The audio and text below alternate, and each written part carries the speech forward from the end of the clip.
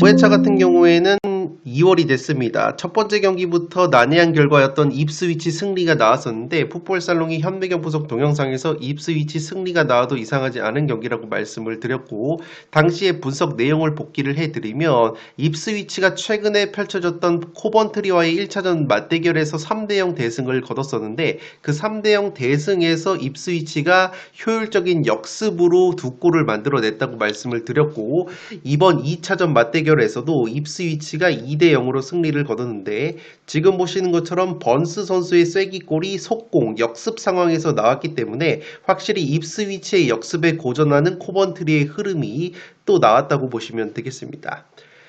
이 또한 통계를 보시면 지금 입스위치가 원정이었음에도 불구하고 점유율을 59% 가져가면서 입스위치가 수비적으로 내려앉았던 경기가 아님에도 불구하고 코번트리가 입스위치에게 역습으로 쐐기골을 내줬고, 확실히 코번트리 같은 경우에는 주포 공격수 아산테 선수가 최근에 부상으로 빠져 있다는 점, 그리고 하지 라이트라는 또 다른 공격수가 부상 복귀 이후에 최근에 득점 감각이 너무나 떨어져 있어서 코번트리 특유의 공격력이 약화가 되어 있다고 말씀을 드렸기 때문에 입스위치의 승리 가능성 충분히 보셨을 것이라 생각이 되고, 분석 내용과 비슷하게 입스위치의 역습 쐐기골이 나오면서 입스위치의 승리 2대0 승리가 나왔다고 보시면 되겠습니다. 코번트리 같은 경우에는 지금 보시는 것처럼 2부 리그에서 세트피스 득점이 21골로 가장 강력한 세트피스를 보유하고 있다고 말씀을 드렸지만, 코번트리의 장점인 세트피스가 나오지 않으면서 무기력하게 0대2로 패배를 당했고, 어쨌든 입스위치 같은 경우에는 코번트리와의 우승 경쟁에 불씨를 지폈던 경기였다고 보시면 되겠습니다.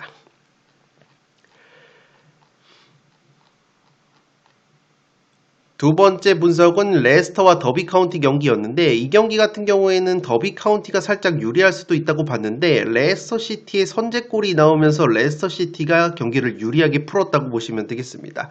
레스터 시티가 전반 6분 만에 선제골이 나왔는데 그래도 더비 카운티가 9분 만에 동점골을 넣으면서 균형추를 맞췄지만 레스터에게 전반 막판에 결승골을 내주면서 1대2로 패배를 당했는데, 지금 보시는 것처럼 오히려 더비 카운티가 점유율을 55% 가져갔는데, 제가 분석 내용에서 말씀을 드렸듯이 더비 카운티가 오히려 점유율을 낮게 가져가는 상황 속에서 선수비 후 역습 그리고 강력한 세트피스를 활용할 것이라고 말씀을 드렸는데, 지금 보시는 것처럼 더비 카운티가 코번트리 다음으로 세트피스 득점이 12골을 넣으면서 강력한 세트피스를 보유를 하고 있기 때문에 더비 카운티가 오히려 점유율을 낮게 가져가는 구도가 더비에게는 유리할 것이라고 말씀을 드렸는데, 실제 선제골을 먼저 내준 상황에서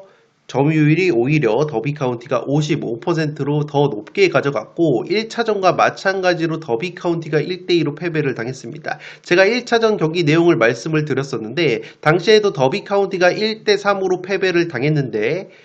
홈에서 61%의 점유율을 가져가면서 평균 점유율 40%를 유지를 해야 좋은 경기력이 나오는 더비가 선제골을 일찍 내주면서 오히려 주도적인 경기 운영을 한 것이 독이 됐다고 말씀을 드렸는데, 2차전도 역시 선제골을 똑같은 선수에게 내주면서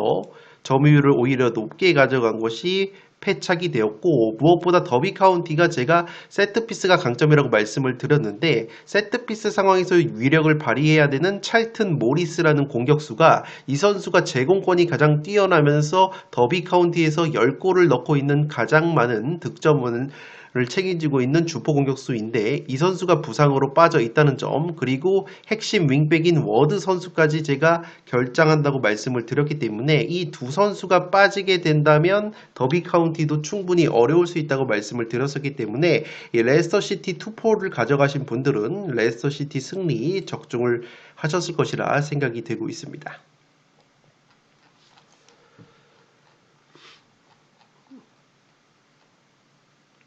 세 번째 경기 미들스브로 대 헐시티 경기. 이 경기는 그래도 미들스브로를 믿을 만한 경기라고 생각을 했는데 헐시티의 1대0 승리가 나왔습니다. 통계를 보시면 미들스브로가 홈에서 압도적인 경기 운영을 했습니다. 점유율을 무려 71% 가져갔고 슈팅 숫자 23개 대 4개, 기대 득점 1.47 대 0.29를 기록했는데 헐시티가 슈팅 단 4개, 기대 득점 0.29, 점유율 29%만 가져가면서 1대0 승리를 거뒀습니다. 다만 제가 현미경 분석에서 말씀을 드렸던 거는 이 헐시티라는 팀이 전형적으로 미들스브로 원정에서 자신들이 원하는 선수비 후 역습, 그러니까 점유율을 낮게 가져간 상황 속에서 역습을 치는 구도가 나온다면 헐시티도 충분히 좋은 경기력을 보여줄 수 있다고 말씀을 드렸고, 지금 보시는 것처럼 헐시티라는 팀이 패스트 브레이크 상황에서 2부 리그에서 가장 많은 득점인 8골, 역습 득점이 가장 많은 팀이기 때문에 헐시티는 자신들이 점유율을 낮게 가져갔을 때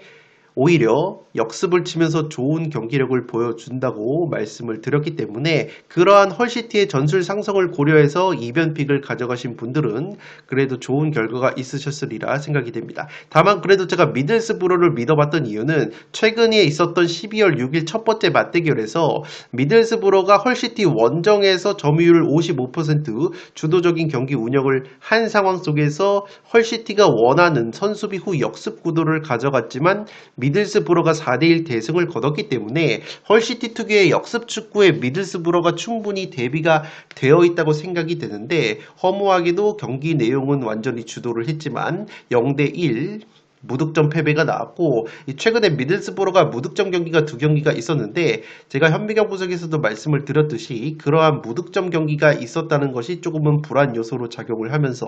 어쨌든 헐시티 입장으로서는 자신들이 원하는 구도 속에서 실리적인 승리를 챙겼다고 보시면 되겠습니다.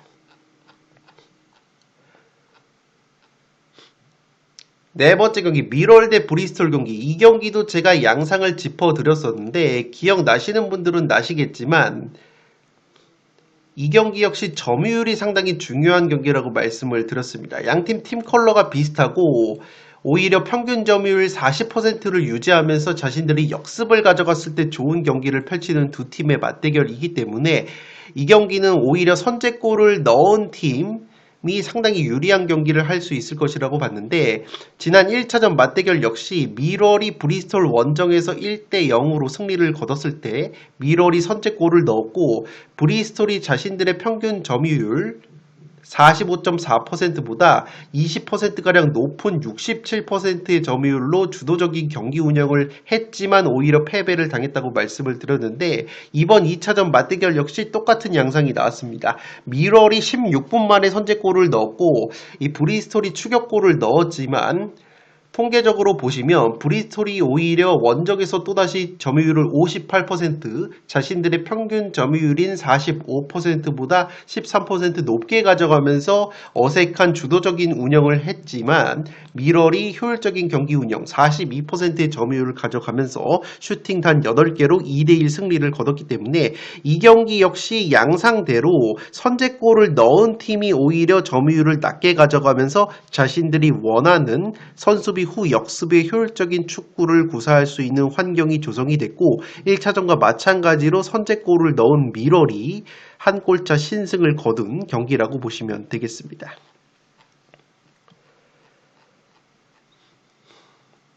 다섯 번째 경기 옥스퍼드 대 스완지 경기. 이 경기도 스완지의 승리가 나왔는데 분석 내용에서 말씀을 드렸듯이 1차전 경기 내용과 상당히 비슷한 유형의 경기 양상이 나왔습니다. 제가 분석을 해드리면서 양팀의 플레이 스타일이 갈리는 것이 스완지는 전형적으로 짧은 패스와 점유율을 높게 가져가는 팀, 옥스퍼드는 점유율을 낮게 가져가는 선수비 후 역습 축구를 하는 팀이라 상성이 극명하게 갈린다는 점에서 승패로 갈랐는데 1차전 맞대결 내용은 스완지가 승리를 거뒀다고 말씀을 드리면서 당시의 통계를 보시면 스완지가 2대0 승리를 거뒀었는데 점유율이 51대 49로 상당히 옥스포드가 점유율을 높게 가져갔다고 보시면 되겠습니다. 옥스포드가 최근에 강팀 상대로 특히 홈에서 승리 혹은 무승부를 거뒀을 때의 통계를 제가 보여드렸었는데 당시에 사우스햄튼 상대로 승리 거뒀을 때 점유율 30%, 입스위치 상대로 승리를 거뒀을 때도 27%, 미들스브로와 1대1 비겼을 때도 30%대의 점유율만 가져갔을 때 옥스포드 특유의 선수비 후 역습 축구의 효율성이 나오는데 1차전 스완지와의 맞대결은 30%보다 훨씬 더 높은 49%의 점유율을 가져가면서 대등하게 맞불을 놓았더니 스완지에게 패배를 당했고, 이번 2차전 맞대결 역시 홈에서 30%대의 점유율이 아니라 47대 53, 거의 5대5 대등한 경기를 했더니 오히려 점유축구에 익숙한 스완지에게 또다시 0대1로 패배를 당하는 옥스포드 입장으로서는 스완지를 상대로 맞불을 놓을 게 아니라 자신들이 잘하는 수비적으로 내려앉는 30%대의 점유율을 유지하면서 경기를 운영했더라면 하는 아쉬움이 남는 경기였고, 어쨌든 양팀의 상성이 갈리기 때문에 제가 승패 투포를 추천드렸던 경기이기 때문에 스완지 승리 가져가신 분들 충분히 적중이 되셨으리라 생각이 됩니다.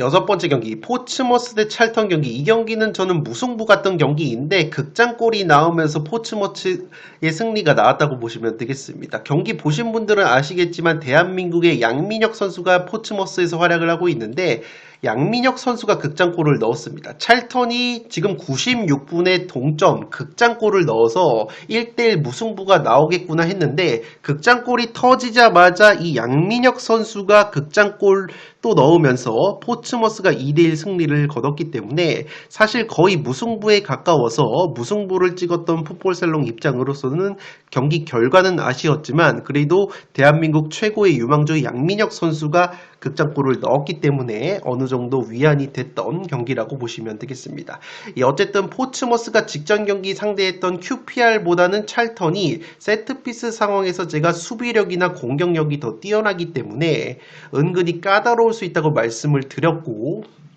실제 찰턴이 세트피스 실점 4골, 탄탄한 수비력을 보유하고 있기 때문에 오히려 직전 포츠머스가 상대했던 QPR전보다 까다로울 수 있다고 봤는데 극장골이 터지면서 무승부가 일그러졌던 경기라고 보시면 되겠습니다.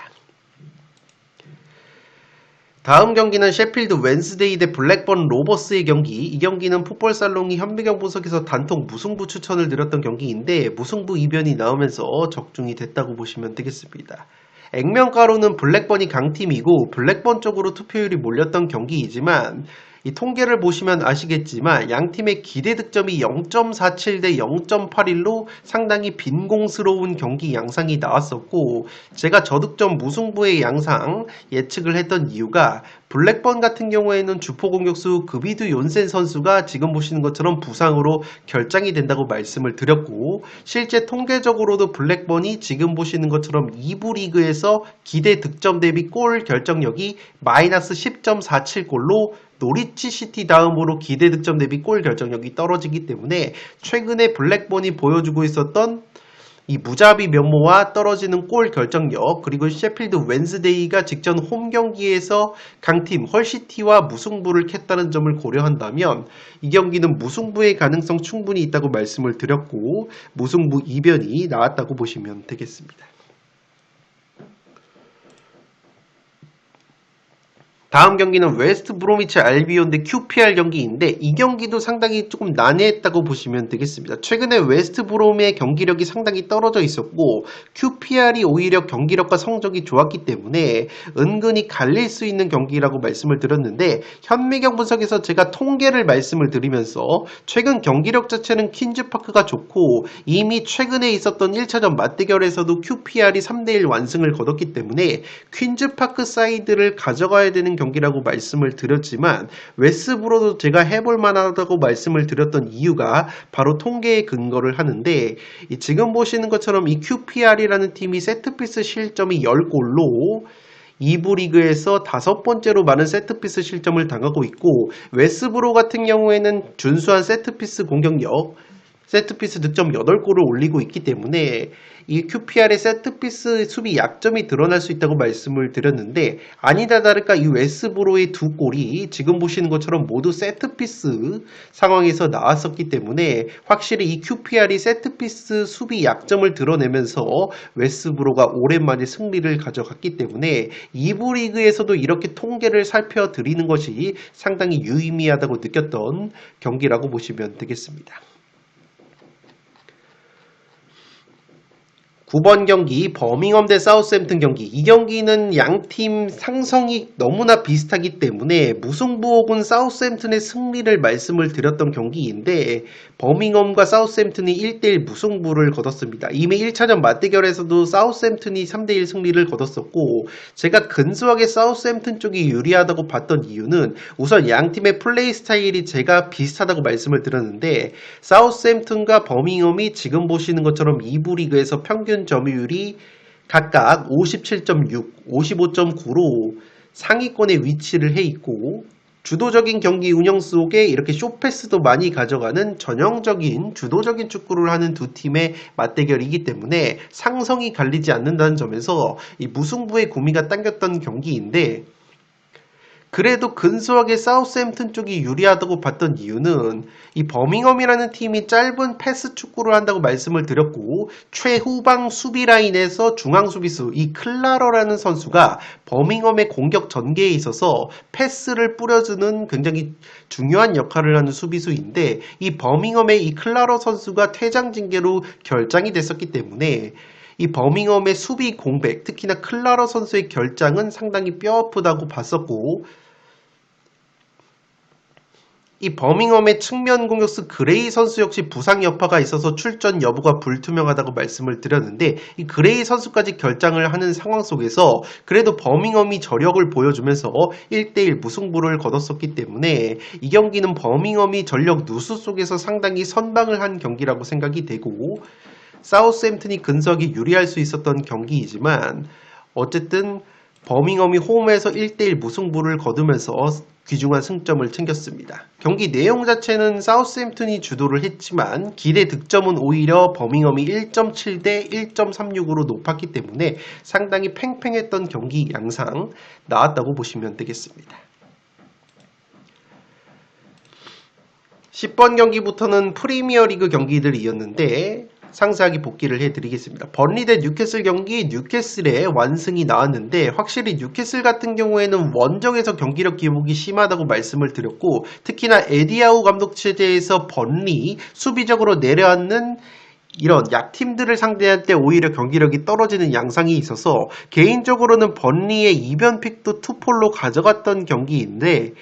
뉴캐슬의 완승이 나왔습니다. 통계를 보시면 아시겠지만 이 경기도 번리가 48% 점유율을 가져가면서 뉴캐슬 상대로 수비적으로 내려앉기보다는 맞불을 놨던 경기이기 때문에 개인적인 생각으로는 이 번리가 맞불을 놓기보다는 수비적으로 내려앉으면서 30에서 20%대의 극단적인 수비 블록을 구축을 했다면 오히려 뉴캐슬이 밀집 수비를 뚫어냄에 있어서 상당히 고전할 수 있는 경기였는데, 번리가 이렇게 맞불 양상을 보여주면서 오히려 뉴캐슬이 경기를 쉽게 풀었다고 보시면 되겠고,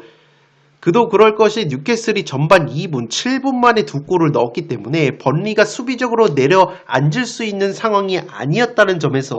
확실히 수비적으로 내려앉는 것을 좋아하는 팀들은 선제골을 내줬을 때 경기 플랜이 무너지면서 패배를 당하는 느낌이 있기 때문에 선제골을 실점하는 데이터 역시 면밀하게 파악할 필요가 있어 보이는 깨달음이 있었던 경기라고 보시면 되겠고, 어쨌든 뉴캐슬 같은 경우에는 이 요한의 위사라는 공격수가 부상해서 돌아온 거 상당히 고무적이라고 할 수 있겠습니다. 이 위사 선수가 득점포를 가동을 했는데 확실히 뉴캐슬의 볼테마데라는 장신 공격수와는 확연히 다른 유형의 공격 자원이 바로 위사이기 때문에 공격 옵션이 하나 더 생긴 것, 그리고 위사 선수의 골 감각이 점점 올라오고 있다는 점은 뉴캐슬 입장으로서는 상당히 고무적이라고 할 수 있었던 승리라고 보시면 되겠습니다.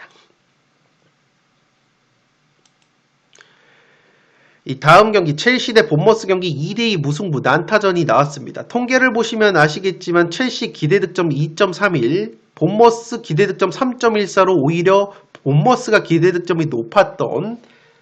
난타전 양상의 경기였는데 최근에 본머스가 첼시 상대로 은근히 고춧가루를 많이 뿌렸다는 점, 그리고 이 본머스라는 팀이 프리미어리그에서 제가 현미경 분석에서 지금 보시는 것처럼 말씀을 드렸듯이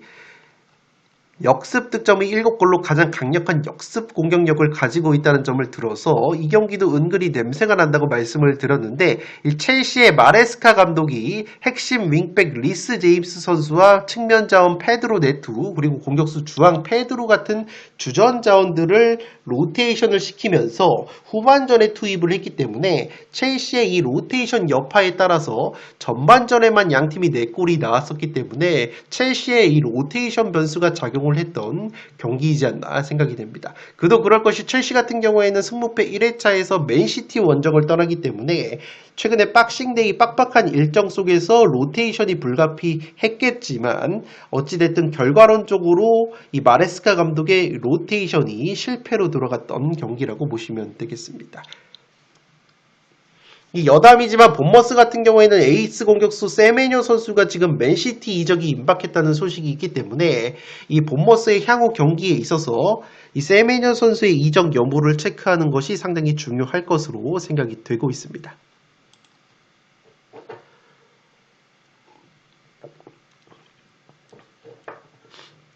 다음 경기는 노팅엄 대 에버튼 경기. 이 경기는 제가 현미경 분석에서 말씀을 드렸듯이 2부 리그 경기로 치면은 미럴 대 브리스톨 경기가 비슷한 양상이 나올 수 있다고 말씀을 드렸고, 선제골을 넣는 팀이 오히려 점유율을 낮게 가져가면서 상당히 유리하게 경기 운영을 할 수 있는 경기라고 말씀을 드렸는데, 1차전 때도 에버튼이 3대0 대승을 거뒀던 매치업이고, 당시에도 에버튼이 전반 2분 만에 선제골을 넣으면서 점유율 자신들이 원하는 딱 41%만 가져가면서 점유율 59%, 주도적인 경기 운영을 했던 노팅엄 상대로 완승을 거뒀던 경기인데, 이 경기도 에버튼이 선제골을 19분 만에 넣으면서 이번에는 점유율을 딱 30%만 가져가면서 70%를 가져간 노팅엄 상대로 손쉽게 승리를 거뒀다고 보시면 되겠습니다. 또한 에버튼 같은 경우에는 네이션스컵 차출로 인해서 게예 선수가 결정이 되고 있는데, 그 게예 선수의 공백을 지금 보시는 것처럼 가너 선수가 1골 1도움을 올려주면서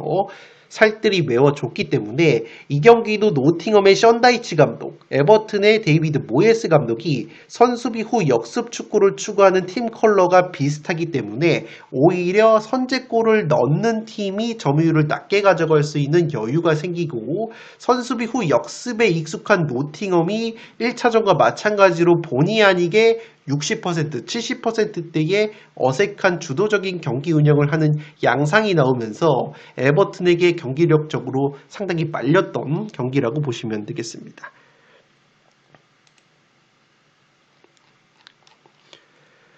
(13번) 경기 웨스트햄 대 브라이튼 경기. 이 경기는 상당히 5대5의 냄새가 난다고 말씀을 드렸고, 양팀 모두 최근에 경기력이 떨어지는 상황 속에서 최근 맞대결 역시 1대1이었고, 항상 브라이튼 상대로 웨스트햄이 선수비 후 역습, 효율적인 축구를 가져가면서 고춧가루를 뿌린다고 말씀을 드렸는데, 지난 1차전 맞대결 68%의 점유율 브라이튼, 웨스트햄이 32%의 점유율을 가져갔던 경기이고,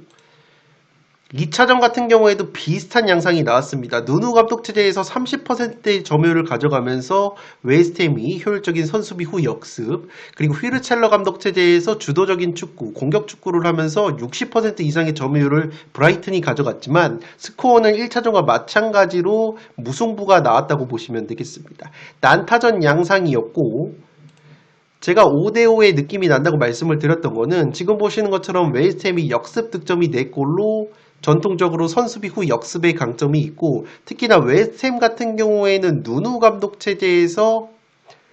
선수비 후 역습에 특화가 되어 있다는 점, 누누 감독이 최근에 브라이튼 상대로는 굉장히 상성적으로 좋은 모습을 보여줬다는 점을 고려했을 때 5대5의 느낌이 난다고 말씀을 드렸는데 2대2 무승부가 나왔다고 보시면 되겠습니다.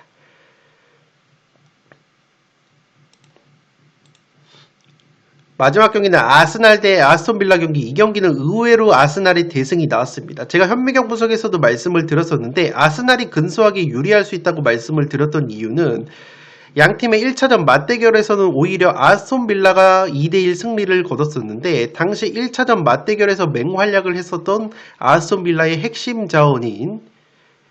측면 수비수 캐시 선수와 수비형 미드필더 카마라 선수가 나란히 징계로 결정이 되기 때문에 오히려 전력 누수면에서는 아스톤 빌라가 더 심하다고 말씀을 드렸고 1차전 맞대결에서는 아스날이 주전 중앙수비 라인인 살리바 선수와 마갈량이스 선수가 나란히 빠졌었는데 이번에는 복귀가 가능하다는 점을 제가 말씀을 드렸고 아니나 다를까 부상에서 돌아온 이 가브리엘 마갈량이스 선수가 장점인 세트피스 상황에서 또다시 선제골을 만들어내면서 아스날의 대승을 이끌었기 때문에 확실히 전력 누수면에서 앞섰던 아스날이 대승을 거뒀다고 말씀을 드릴 수가 있겠습니다. 다만 아스날 역시 경기 직전에 변수가 있었던 것은 핵심 미드필더인 라이스 선수가 부상으로 빠졌었기 때문에 이 아스톤 빌라의 연승 상승세를 고려한다면 빌라가 고춧가루를 뿌릴 수도 있지 않을까 생각이 드는데 스코어 자체는 4대1 대승이 나왔고 경기 내용 자체는 아스톤 빌라가 기대 득점 2.67 대 3.04 점유율 54% 대 46%로 경기 내용 자체는 나쁘지가 않았는데 확실히 골 결정력 측면에서 아스날이 앞섰다고 보시면 되겠고 그 과정에서는 역시나 아스날의 최대 강점인 세트피스가 강력한 무기로 작용을 했고 최근에 아스날 같은 경우에는 세트피스의 강점이 있었지만 확실히 이 마갈량이스라는 수비수가 부상으로 이탈한 이후에 조금은 아쉬움이 있었는데 이 마갈량이스 선수가 돌아왔기 때문에 바로 득점이 나왔고 다만 이 마갈량이스 같은 경우에는 빌라전에서 풀타임을 소화를 하지 못했는데 인터뷰를 보니까 가벼운 근육 경련이라고 밝혔기 때문에 이 가브리엘 마갈량이스 선수와 살리바 선수가 돌아온 아스날의 중앙 수비 라인 또다시 짠물 수비와 더불어서 강력한 세트피스가 발휘가 될 수 있는 환경이 조성이 됐기 때문에 다시 한번 상승세를 이끌어갈 수 있을 것으로 생각이 되고 있습니다. 이 빌라 같은 경우에는 최근에 연승 가도를 달렸는데 아쉽게 연승 행진의 마침표를 찍었지만 여전히 이 에메리 감독 체제에서 강력한 모습, 강력한 조직력을 보여줄 수 있는 이 다크호스의 면모를 갖춘 모습을 보여줬다고 보시면 되겠습니다. 네, 이렇게 85회차에 들어왔던 14경기를 상세하게 복기를 해드렸습니다. 다가오는 새해 첫 승무패 1회차 경기 라인업을 살펴드리면 이탈리아 세리에 A와 프리미어리그 경기 또다시 세리에 A 경기 조합이 들어옵니다. 첫 번째 같은 경우에는 제노아 대 피사 경기인데 이 경기 같은 경우에는 상당히 5대5의 냄새가 나지만 근소하게 제노아가 유리하다고 보여지고 다만 피사 같은 경우에는 이탈리아 세리에 A에서 무승부가 가장 많은 팀이기 때문에 항상 피사 경기는 무승부의 가능성 염두에 두어야 되고 제노아 같은 경우에는 데로시 감독이 부임하면서 최근에 상승세를 타다가 조금은 대진운이 안 좋았던 것이 최근 3연패 과정 속에서 3연패 상대가 AS 로마, 아탈란타, 인테르 이 세리에 A의 강팀들을 상대했기 때문에 상승세를 타다가 강팀과의 3연전에서 모두 패배를 당하면서 조금은 상승세가 한풀 꺾였다는 점 참고를 해주시기 바랍니다. 어쨌든 피사라는 팀이 세리에 A에서 무승부가 가장 많기 때문에 항상 무승부의 가능성 염두에 두셔야 된다는 점 체크를 해주시기 바랍니다.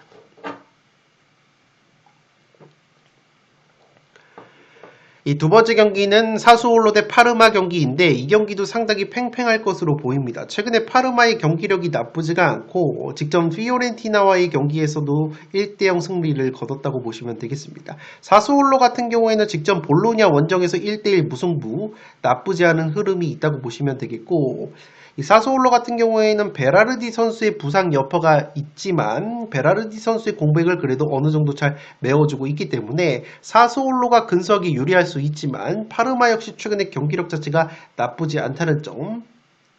유념을 해 주셔야 되는 경기라고 보시면 되겠습니다. 세 번째 경기 브라이튼 대 번리 경기 프리미어리그 경기인데 이 프리미어리그 같은 경우에는 주중에 경기가 있는 팀들이 있는데 두 팀 같은 경우에는 주중에 경기가 없기 때문에 그래도 체력적인 부분은 염려가 없다고 보시면 되겠고 이 브라이튼 같은 경우에는 직전 웨스트햄전에서도 보셨듯이 수비적으로 내려앉는 팀을 상대로 은근히 고전하는 느낌이 있기 때문에 번리가 수비적으로 내려앉는다면 브라이튼이 또다시 60에서 70% 점유율을 가져가면서 주도적인 경기 운영을 하겠지만 밀집 수비를 뚫어내지 못하면서 경기를 그르치는 양상 충분히 나올 수 있다고 보여지고, 이 번리 같은 경우에는 직전 뉴캐슬과의 홈 경기에서 48%의 점유율을 가져갔는데, 이 뉴캐슬에게 본의 아니게 선제골을 전반 이른 시간에 2골이나 내주면서 본의 아니게 점유율을 높게 가져갔기 때문에 번리 입장으로서는 선제골을 내주지 않으면서 전반전은 탄탄하게 수비적으로 걸어 잠근다면 밀집 수비를 뚫어냄에 있어서 어려움을 겪는 브라이튼에게 충분히 고춧가루를 뿌릴 수 있는 전술적인 상성이 있지 않나 생각이 듭니다. 이 네 번째 경기 울버햄튼 대 웨스트햄 경기 단두대 매치입니다. 강등권 매치인데 웨스트햄 같은 경우에는 앞서 복귀에서 말씀을 드렸듯이 브라이튼과의 홈 경기에서 그래도 승점 1점을 챙겼는데, 울버햄튼 같은 경우에는 승무패에서는 들어오지 않았지만 새벽에 펼쳐졌던 맨유 원정에서 1대1 무승부를 거두면서 그래도 승점을 챙겼는데 또다시 첫 승에 실패를 했습니다. 다만 개인적인 생각으로는 지금 웨스트햄도 경기력 자체가 좋지 못하기 때문에 울버햄튼 입장으로서는 같이 강등권으로 떨어져 있는 웨스트햄 상대로 시즌 첫 승을 노릴 수 있는 이 절호의 기회가 되지 않을까 생각이 되고, 반대로 웨스트햄 역시 울버햄튼만한 승점 자판기가 없기 때문에 서로 승점 3점을 위해서 싸울 수 있는 단두대 매치가 바로 4번 경기가 되지 않을까 생각이 됩니다. 여담이지만 최근에 울버햄튼의 황희찬 선수의 출전 시간이 점점 늘어나고 있기 때문에 개인적인 바람은 황희찬 선수가 골을 넣으면서 울버햄튼이 시즌 첫 승을 가져가는 시나리오도 한번 그려볼 수 있는 경기이지 않나 생각이 됩니다. 이 다섯 번째 경기는 아탈란타 대 로마 경기, 상당히 5대5의 냄새가 나고 있습니다. 특히나 이 경기는 현재 AS 로마를 이끌고 있는 가스페리니 감독이 과거에 아탈란타를 지휘하면서 명성을 쌓았기 때문에 가스페리니 감독 더비라고도 볼 수 있는 경기이고, 양팀 모두 네이션스컵 차출에 따른 전력 누수가 조금은 있지만 전력 누수를 상쇄할 수 있는 스쿼드를 보유를 했기 때문에 가스페리니 감독 더비라는 점에서 상당히 팽팽할 수 있는 경기가 되지 않을까 생각이 듭니다. 6번 경기 라치오 대 나폴리 경기, 이 경기는 사실 액면가로는 나폴리가 근소하게 유리할 수 있지만 최근 양팀의 상대 전적 자체가 라치오가 천정의 면모를 보여주고 있고, 이 라치오 같은 경우에는 최근에 공격력은 아쉽지만 세리에 A에서 짠몰 수비를 보여주는 팀이라는 점, 그리고 라치오의 골키퍼 프로베델 골키퍼가 세리에 A에서 최상위권의 선방 지표를 보여주고 있기 때문에 라치오의 최근 나폴리에 대한 천적 면모와 프로베델 골키퍼가 이끄는 라치오의 짠몰 수비를 고려한다면 이 최소 저득점 무승부의 가능성은 열려있는 경기라고 생각이 됩니다. 다만 나폴리 같은 경우에는 최근에 확실히 공격수 호일룬 선수의 골 감각이 올라오고 있기 때문에 확실히 나폴리의 콘테 감독이 이렇게 스트라이커들의 어떤 멘탈 관리를 잘 해준다는 점에서 맨유 시절 어려움을 겪었던 호일룬 선수가 나폴리로 이적이 돼서 확실한 공격수로 발돋움을 하고 있기 때문에 나폴리 입장으로서는 이 호일룬 선수가 얼마만큼 해주느냐 관건으로 보여지는 경기라고 보시면 되겠습니다.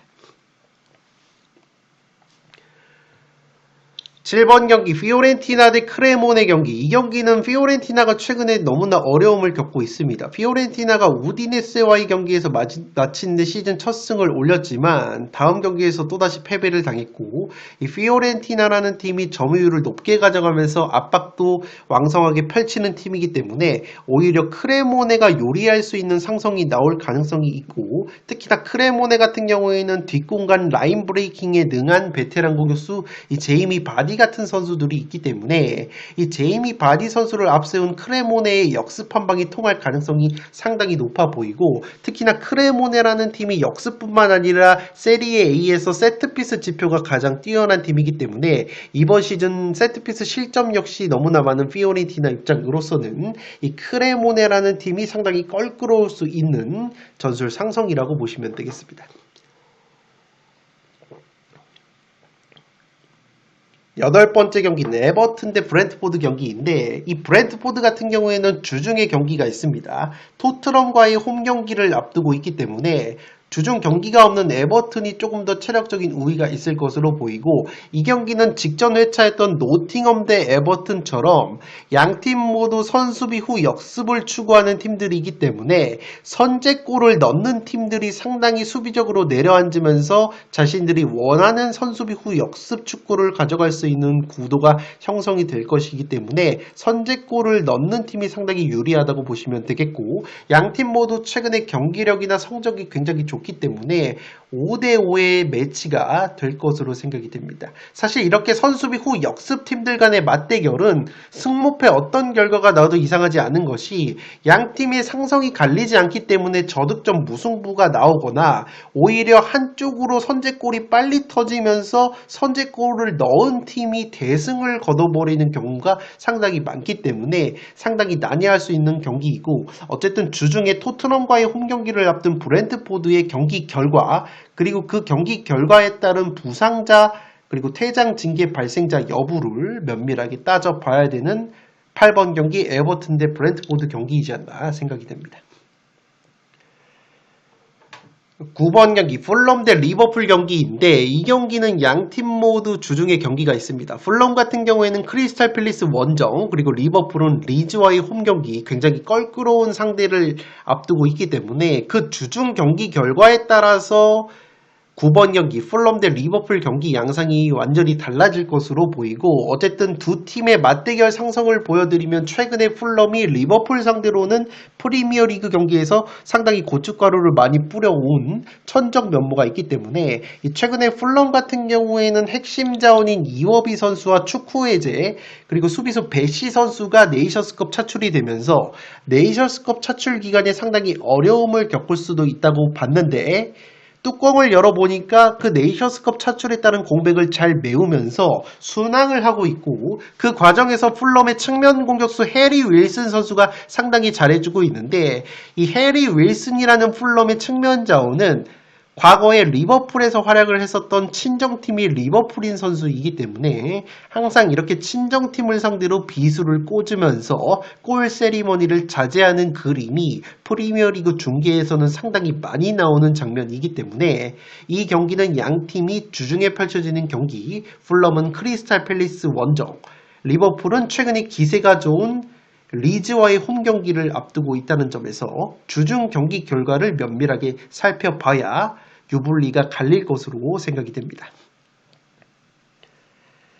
10번 경기는 뉴캐슬 대 크리스탈 팰리스 경기인데, 앞서 말씀을 드렸듯이 크리스탈 팰리스는 주중에 풀럼과의 홈 경기를 앞두고 있어서 체력적인 부문에서는 확실히 뉴캐슬이 앞설 수 있는 경기인데, 최근에 크리스탈 팰리스가 경기력이 떨어지고 있고, 크리스탈 팰리스가 최근에 부상이나 네이션스컵 차출로 인해서 전력 누수가 있기 때문에 기본적으로 뉴캐슬이 유리할 수 있는 경기이고, 특히나 뉴캐슬이 홈발을 세게 받는 팀이라는 점을 고려한다면 기본적으로는 뉴캐슬이 유리할 수 있겠지만, 항상 이 뉴캐슬 에디아우 감독 같은 경우에는 수비 조직력이 뛰어난 팀을 상대로 어려움을 겪는 모습이 있고, 크리스탈 팰리스가 최근에 토트넘과의 경기에서도 자신들이 오히려 점유율을 높게 가져가는 구도 속에서 0대1로 패배를 당했는데, 원래 크리스탈 팰리스라는 팀은 글라스너 감독 체제에서 점유율을 낮게 가져가면서 탄탄한 3백 수비를 구축을 할 때 좋은 경기력이 나오기 때문에,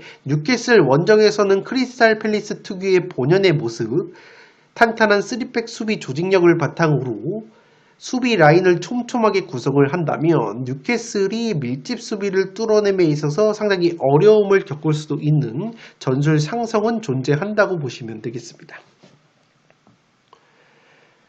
11번 경기 토트넘 대 썬더랜드 경기인데, 양팀 모두 주중에 경기가 있습니다. 토트넘 같은 경우에는 브렌트포드 원정, 그리고 썬더랜드는 맨시티와의 홈 경기를 앞두고 있기 때문에 그 주중 경기 결과가 상당히 중요할 것으로 보이고, 어쨌든 주중 경기 내용을 빼고 보더라도 이 경기는 토트넘이 상당히 고전할 것으로 생각이 되는 것은, 토트넘 같은 경우에는 이번 시즌 토마스 프랭크 감독 부임 이후에 이상하게 홈에서 경기력과 성적이 떨어지는 모습이 있는데, 그도 그럴 것이 이 프랭크 감독이 홈에서는 홈팬들 앞에서 주도적인 경기 운영을 하는 경기 양상이 상당히 많이 나오고 있는데 썬덜랜드라는 팀은 기본적으로 수비 라인을 내리면서 상대에게 점유율을 내주는 팀이기 때문에 또다시 토트넘의 프랭크 감독이 본의 아니게 혹은 주도적으로 경기 운영을 하게 된다면 썬덜랜드의 밀집 수비에 가로막혀서 상당히 어려울 수 있는 경기라고 생각이 되고 무엇보다 썬덜랜드라는 팀이 제공권과 수비 자원들의 피지컬이 탄탄한 팀이기 때문에 상당히 토트넘 입장으로서는 전술 상성적으로 까다로울 수 있는 매치가 11번 경기라고 보시면 되겠습니다. 다만 썬덜랜드 같은 경우에는 네이션스컵 차출에 따른 전력 누수가 프리미어리그에서 가장 큰 팀이기 때문에 그러한 점을 고려한다면 토트넘도 충분히 승점 획득의 기회가 있을 것으로 보이지만 어쨌든 양팀 모두 이 주중에 토트넘은 브랜트포드 원정, 썬덜랜드는 맨시티와의 홈경기 어려운 일정을 앞두고 있기 때문에 양 팀의 주중 경기 결과를 면밀하게 살펴봐야 할 것으로 생각이 됩니다.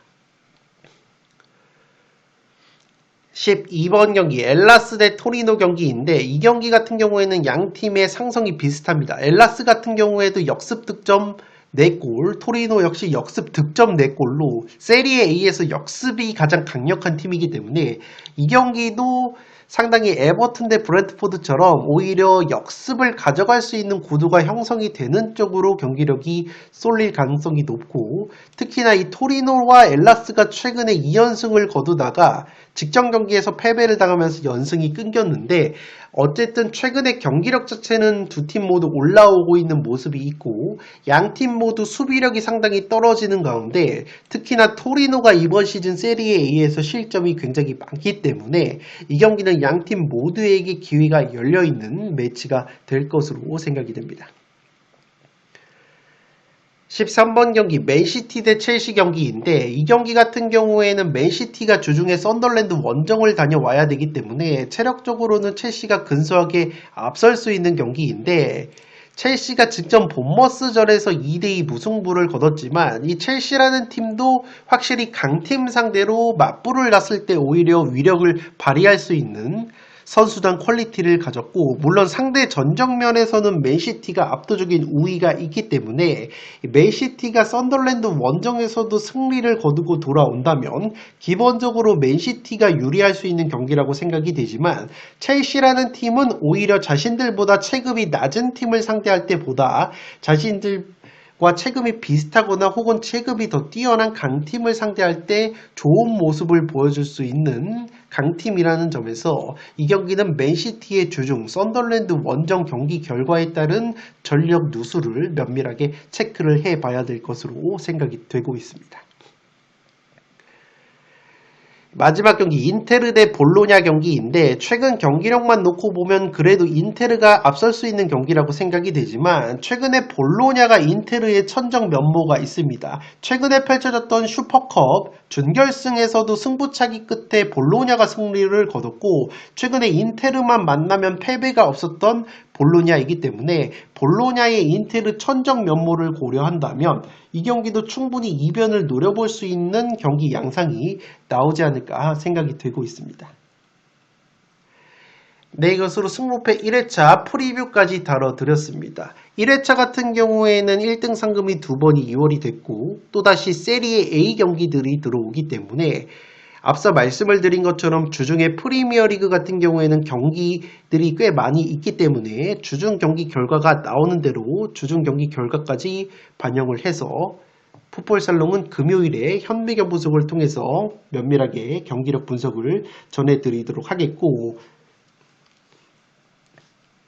제가 구매하는 최종픽 같은 경우에는 현미경 분석에서 말씀을 드리는 공통 최종픽보다 구매 금액과 폴더 수를 줄인 압축 조합픽은 풋볼살롱 멤버십으로 가입을 하시면 확인을 하실 수 있습니다. 지금까지 풋볼살롱이었습니다. 감사합니다.